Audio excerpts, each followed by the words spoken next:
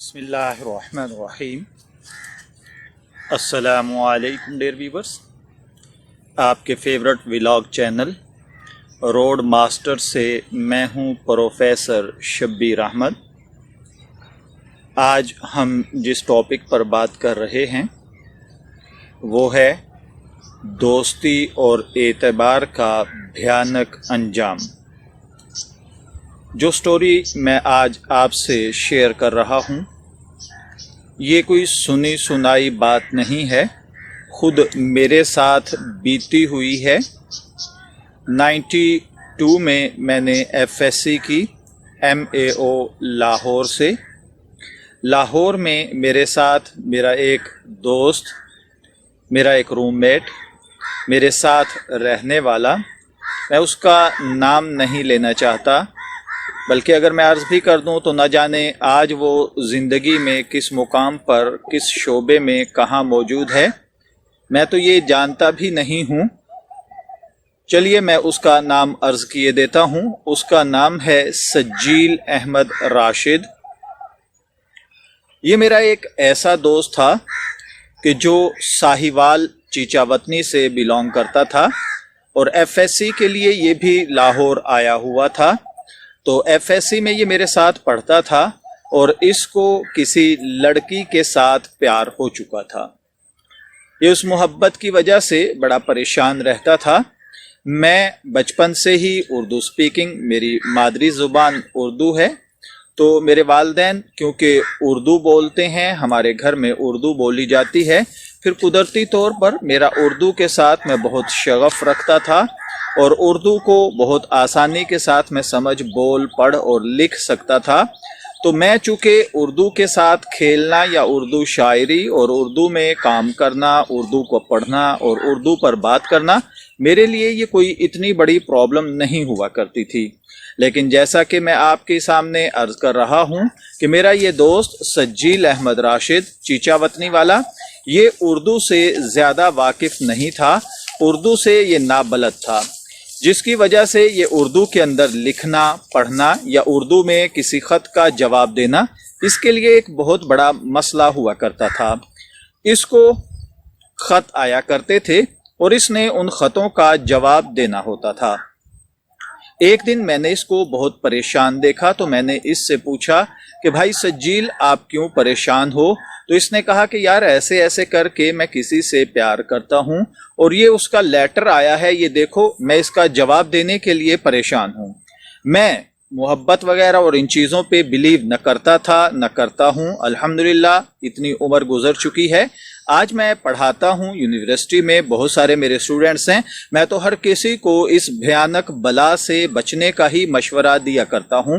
بہرحال وہ اس وقت اس بلا کے ہتھے چڑھ گیا اور اس نے مجھے وہ خط دکھایا کہ یار اس کا میں نے جواب دینا ہے اور مجھے کوئی سمجھ نہیں آ رہی۔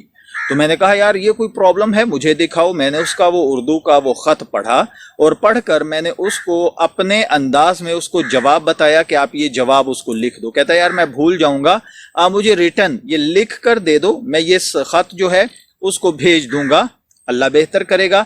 میں نے کہا ٹھیک ہے۔ میں نے اس کو اپنی ہینڈ رائٹنگ کے اندر اس خط کا جواب لکھ کر دے دیا اور سجیل نے کیا کیا کہ اسی خط کو دوبارہ اپنے ہاتھ سے نوٹ کیا، دوبارہ سے اس نے تحریر کیا اور اس کو پوسٹ کر دیا۔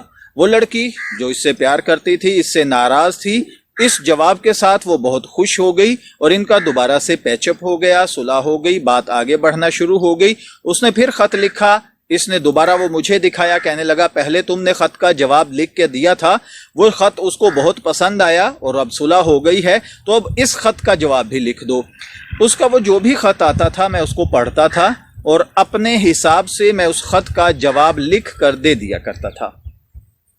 وہ میرے خط کو یعنی میری لکھی ہوئی تحریر کو وہ اپنے ہاتھ سے اپنی ہینڈ رائٹنگ سے دوبارہ ری رائٹ کر کے پوسٹ کر دیا کرتا تھا۔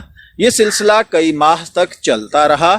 اس کی دوستی کا بعد میں پتہ نہیں کیا بنا، البتہ اس کی دوستی بہت اچھی رہی، معاملات بہت اچھے رہے۔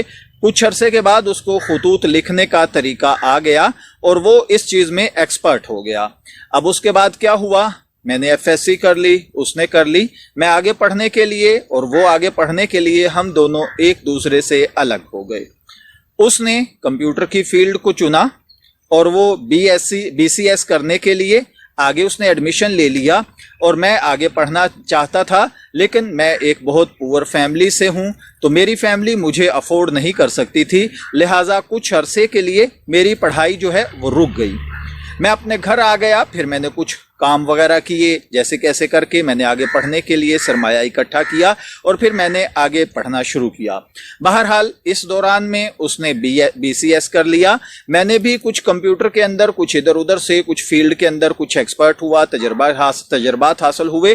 खैर किस्सा मुख्तसर कि 4 साल का अरसा बीत गया, मेरी उसकी बातचीत खत्म हो गई। मोबाइल उस वक्त आम नहीं हुआ करता था, खत पर बात हुआ करती थी या फिर पीटीसीएल टेलीफोन के थ्रू लोगों से बात हुआ करती थी।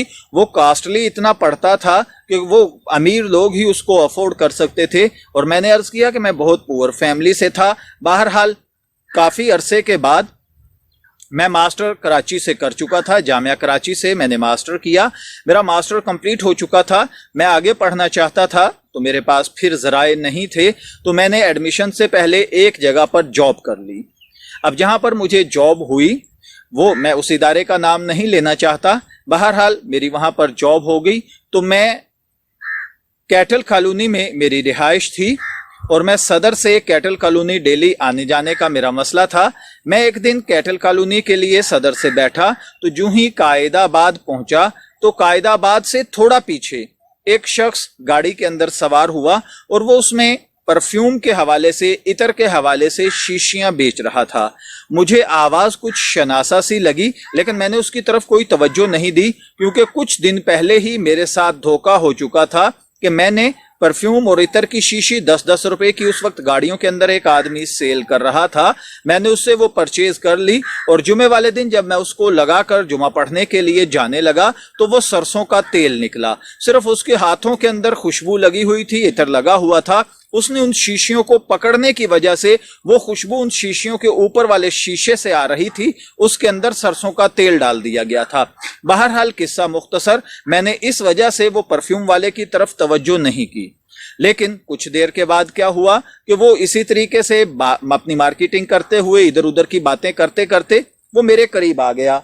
तो मेरी आदत यह है कि मैं सफर के अंदर खामोश नहीं बैठ सकता, सुकून से नहीं रह सकता, लिहाजा कोई ना कोई बुक, कोई डाइजेस्ट, कोई ना कोई चीज मैं साथ रखता हूं। तो उस दिन भी मैं कोई बुक पढ़ रहा था, मैं उसके अंदर मशगूल था कि वो बंदा अपनी प्राइस बताकर उन शीशियों की मार्केट उसमें गाड़ी के अंदर बेचता बेचता मेरे करीब पहुंच गया।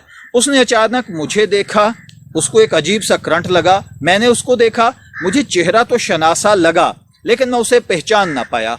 आखिर उसने मुझे आज भी याद है कि उसने कंडक्टर के पास खड़े होकर अपनी इस बड़ी उंगली के साथ मुझे इस तरीके से इशारा किया। मैं उसके इशारे के ऊपर उसकी बात के साथ नीचे उतर गया। मैं नीचे उतरा तो वो मुझे कहने लगा, यार मुझे पहचाना? कहा नहीं यार मैंने नहीं पहचाना।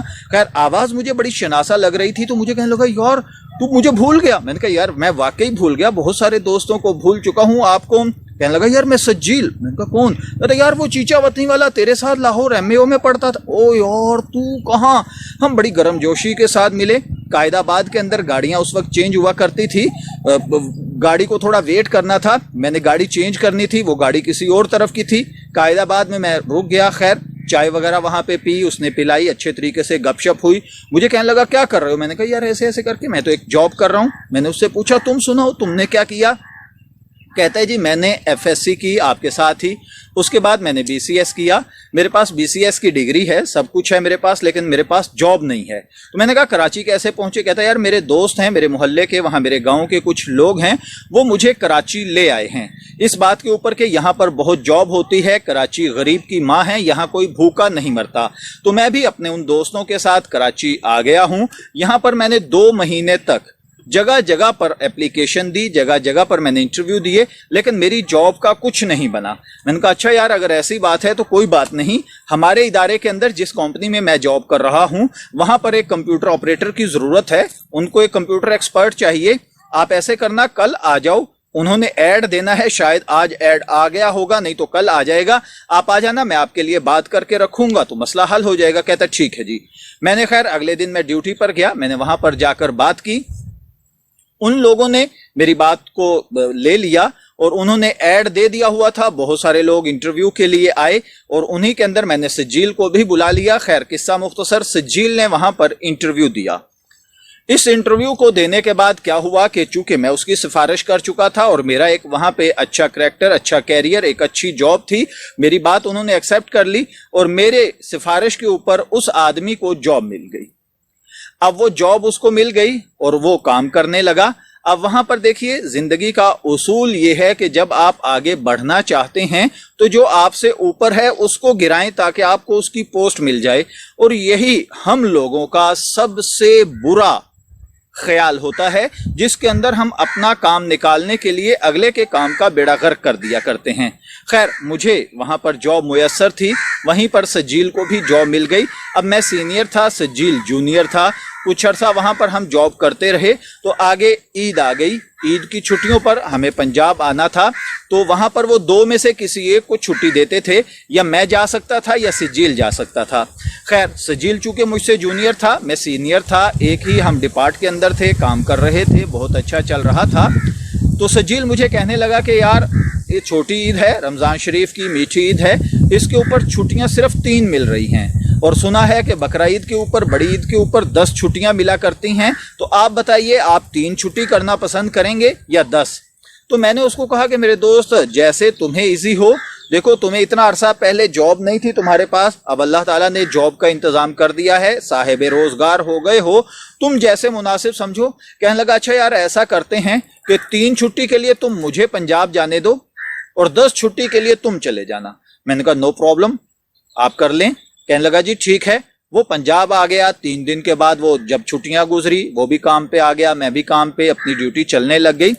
अब क्या हुआ कि इस दौरान में उसने बड़ी एक अजीब गेम खेली जो मेरी समझ में नहीं आई। मैं चंद दिन के बाद अपने अंडर काम करने वाली अगर किसी भी लड़की को मैं बुलाता तो वो बड़ी अजीब खा जाने वाली नजरों के साथ मुझे देखती। मैं इस सारे चक्कर को नहीं समझ रहा था।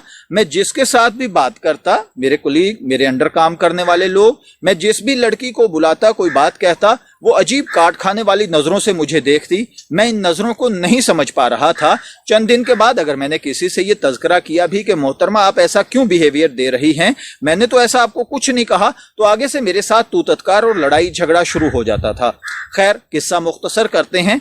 बकरा ईद आ गई। मैं बकरा ईद के बाद अपने घर आया। छुट्टी के बाद जब मैं वापस गया तो जनाबे वाला मैंने वहां पे देखा मेरा नाम ही लिस्ट में मौजूद नहीं है वर्कर्स की। अब मैं परेशान हो गया। मैंने सज्जील से पूछा भाई ये क्या बात है, मैं अपना एंट्री के लिए, टाइम के लिए गया हूं तो मेरा तो टाइम के लिए नाम ही नहीं था। कहता जी आपको आउट कर दिया गया। मैंने कहा जी क्यों आउट किया गया? कहता अपने बॉस के पास जाकर पूछो। मैं बॉस के पास गया। मैंने कहा जनाब मैं हाजिर हूं, मेरा नाम नहीं। कहने लगा वो तो मुझे देख के लाल पीला हो गया बॉस। मुझे देख के कहने लगा यार तू ऐसा वाहियात आदमी है, तू ऐसा शख्स है, मैं तो तुझ पर ये उम्मीद ही नहीं कर सकता था कि तू ऐसी घिनौनी और गंदी हरकत करेगा। मैंने कहा सर क्या हो गया, मैं एडवांस माजरत खा हूं, मुझे किसी चीज का कुछ इल्म नहीं है, आप बताइए मैं क्या खता कर बैठा हूं। तो वो मुझे कहने लगे कि भाई क्या तूने लड़कियों को खत नहीं लिखे? मैंने कहा सर मैंने लड़कियों को खत क्यों लिखने थे? कहते ये देखो। उन्होंने एक फाइल खोली, फाइल के अंदर उन्होंने मेरे सामने एक बहुत सारा खतों का पलंदा रख दिया। मैं हैरान। कहते हैं ये हैंड राइटिंग किसकी है? मैंने देखा उसको गौर से। मैंने कहा सर मेरी है। कहते लगे तो ये तुमने नहीं लिखे? मैंने कहा सर राइटिंग मेरी है, लिखे मैंने नहीं। कहते ये कैसे पॉसिबल है, राइटिंग तुम्हारी है, लिखाई तुम्हारी, सब कुछ तुम्हारा, तुम इसका मालिक होने से इनकार कर रहे हो। मैंने कहा सर ये मैं इसको अभी समझ नहीं पाया हूं। खैर मुझे थोड़ी देर में समझ आ गई। मैंने कहा सर मैं कहता हूं, मैं एक्सक्यूज भी करता हूं, लेकिन मेरा एक ऑब्जेक्शन है, अगर उस पर गौर करें। जी देखिए जो भी किसी को लव लेटर लिखा करता है तो क्या वो लव लेटर के नीचे अपना नाम लिखता है? कहने लगे नहीं। तो मैंने कहा यहां पर देखिए। यहाँ पर नाम लिखे हुए हैं। कहने लगे तो तुमने लिखे हैं, तुम यहाँ काम जो करते हो। तो मैंने कहा मैं सर ठीक है, मैं इसमें मुजरिम बन रहा हूँ, लेकिन ये बात इस तरीके से नहीं है। कहते क्यों ऐसे बात नहीं है? उन्होंने वो मेरी जो साथ काम करने वाली लड़कियां थी उनको कॉल कर लिया गया, आ गई। हाँ भाई क्या प्रॉब्लम है? ये लेटर आपको कैसे मिले जी? हमें बाई पोस्ट मिले जी। ये किन की तरफ से मिले जी? ये शब्बीर साहब की तरफ से मिले। भाई कैसे मिले? ये क्या चाहते थे? ये जी हमसे इन्होंने फ्लर्ट किया। वो कई लड़कियां सामने खड़ी हुई हैं। तो हुआ किस्सा मुख्तसर ये कि वो जो खतूत एफएससी में मैं उसको अपनी तहरीर में लिख कर दिया करता था, उस जालिम ने उनको कहीं महफूज करके रखा हुआ था। अब वो जब उसको जॉब के अंदर ये मौका मिला मेरे खिलाफ गेम खेलने का, उसने वहां पर उनका यूज किया। और देखिए उसने कितनी लंबी चाल चली। नहीं उसकी प्लानिंग होगी ये सब कुछ कि वो ऐसा मेरे पेपर, मेरे लिखी हुई तहरीर का कहीं मिसयूज कर सकता है, लेकिन उसने मिसयूज किया। वो तहरीर उसके पास कहीं महफूज पड़ी हुई थी, वो खतूत कहीं महफूज पड़े हुए थे। बाद में उसने क्या किया कि वो खत उन लड़कियों को उसने पोस्ट किए, ऊपर उनका नाम मेरी जान, जाने मन, जाने तमन्ना, फलां फलां फलां उन लड़कियों के नाम लिख देता था और उन खतों को पोस्ट कर देता था। तो किस्सा मुख्तसर ये कि उसकी वजह से मेरी वो जॉब चली गई। उस लड़के को, मेरा जूनियर था, सीनियर हो गया, मेरे वाली जॉब पर, मेरे वाली जगह पर उसको बिठा दिया गया। और मैं वो शख्स जिसने उसके लिए इतना कुछ किया था कि उसकी सिफारिश की, उसको वहां पर लाया, उसके लिए सब कुछ किया, वही शख्स मेरी जड़ें काटने वाला था। तो देखिए इसके बाद एक बात याद रखिए, तजर्बे से ये बात हासिल होती है। इस रोड मास्टरी के इस एक्सपीरियंस के अंदर जो मैंने जगह जगह के धक्के खाए, एक गरीब बाप का बेटा होकर मैंने जिंदगी का सफर शुरू किया और आज अल्हम्दुलिल्लाह मेरे मालिक ने मुझे बहुत नवाजा है। तो इस पूरे इस डिटेल से, इस कहानी से हमें जो लेसन मिलता है वो ये है कि कभी भी किसी पर एतमाद मत करें, अपनी तहरीर किसी के पास मत छोड़ें। ये तहरीर जहर कातिल हो सकती है। कल इस तहरीर का किसी भी तरह कुछ भी मिसयूज किया जा सकता है, खुसूसन इस तरह के मामलात के अंदर। इसलिए किसी को भी खत लिखते वक्त, किसी को भी कुछ करते वक्त इस तहरीर का जरूर ख्याल रखा करें, तहरीर से बचा करें जहां तक मुमकिन हो सके। मेरी दुआ है अल्लाह ताला आपको ऐसे धोखेबाज दोस्तों से, ऐसे परेशान कुन हालात से हर भाई बहन को महफूज रखे।